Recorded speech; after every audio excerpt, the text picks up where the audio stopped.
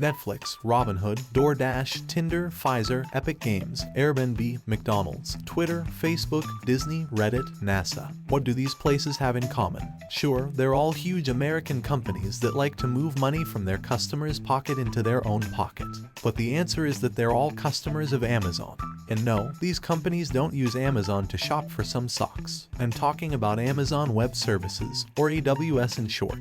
Now, if you haven't heard of AWS, don't worry, you're not alone. It's like that one rich kid in school who is always present but nobody really knows their name. But chances are, you've bumped into AWS countless times without even realizing it. AWS quietly hosts the services of Netflix, Facebook, Twitch, and Riot Games. There are even rumors that AWS runs 70% of the adult content industry. Sure, they have some big names as customers, but let's get down to business. Just how big is AWS? Well, it's like a money-making machine that makes Scrooge McDuck's vault look like pocket change. In fact, AWS generates 3 times the profit of all the other Amazon services combined. That's some serious dough. While Amazon's online retail business is busy conquering continents like North America, Europe, and Asia Pacific, they're still struggling to make ends meet. Meanwhile, AWS is the hero of Amazon, pumping out so much cash that Jeff Bezos is dreaming of building a space colony and sending Amazon Prime to Mars. Talk about out-of-this-world delivery. So today, we're diving into the AWS universe to uncover its secrets. We're going to talk about what the heck is AWS and why do all these big shots use it?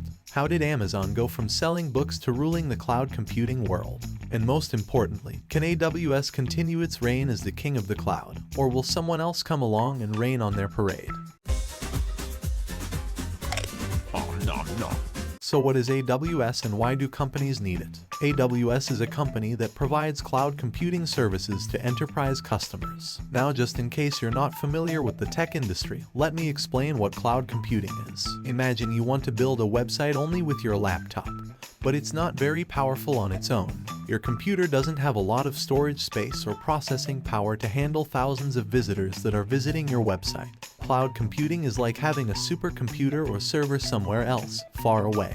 If both your computer and the supercomputer is connected to the internet, it can do a lot of heavy lifting for you. Instead of relying on your own device, you can use this remote supercomputer to store your files, run complex programs, which would be impossible with a personal computer. And the master of this cloud extravaganza is AWS. They offer these outsourced supercomputers to companies. But here's the kicker. A single contract with AWS can cost companies millions of dollars a year. Now, you might be wondering, why on earth would companies like Netflix cough up so much money for cloud computing? Can't they just build their own powerful servers and call it a day? Well, it all comes down to the magical combination of money and time. Maintaining servers is extremely expensive.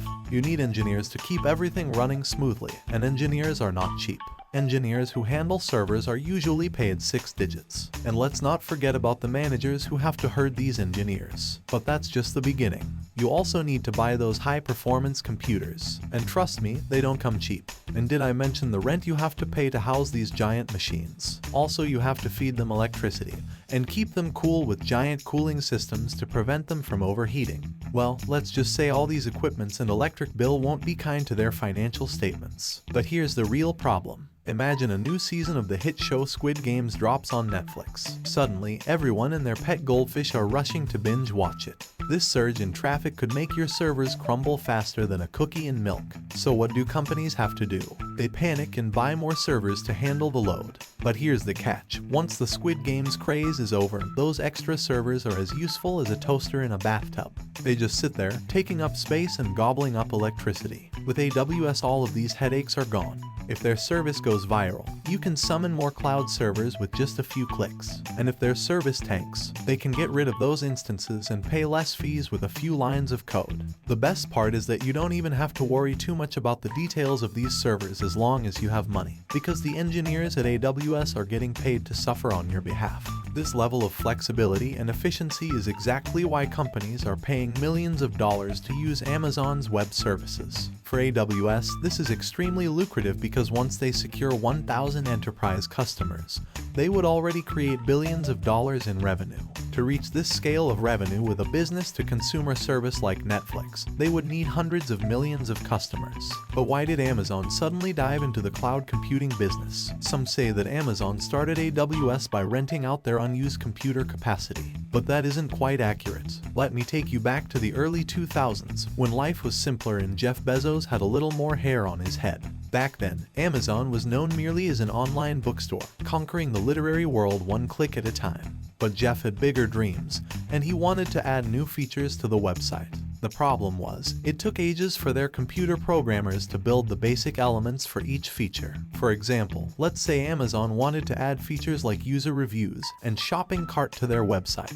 Before they can dive into the excitement of those features, they have to deal with the mundane task of building similar basic elements for every feature. It's like reinventing the wheel every time. So, the brilliant minds at Amazon put their heads together and came up with an idea. They decided to create a shared toolbox, like a magical treasure chest, that all the programmers could use for those basic elements. And guess what? They realized that other developers at different companies faced similar challenges. It was like a light bulb moment. They sniffed out the opportunity for moolah. In 2003, they birthed a whole business called Amazon Web Services, or AWS. They assembled a team and got to work, tirelessly developing AWS.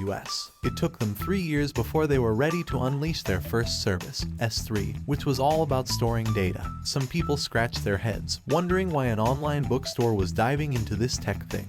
But when they launched it, thousands of developers signed up on day one. It was a game changer. Setting up servers and infrastructure used to be a resource-draining nightmare. But now, even small startups suddenly had access to the same powerful infrastructure as the big players by simply paying for what they needed each month.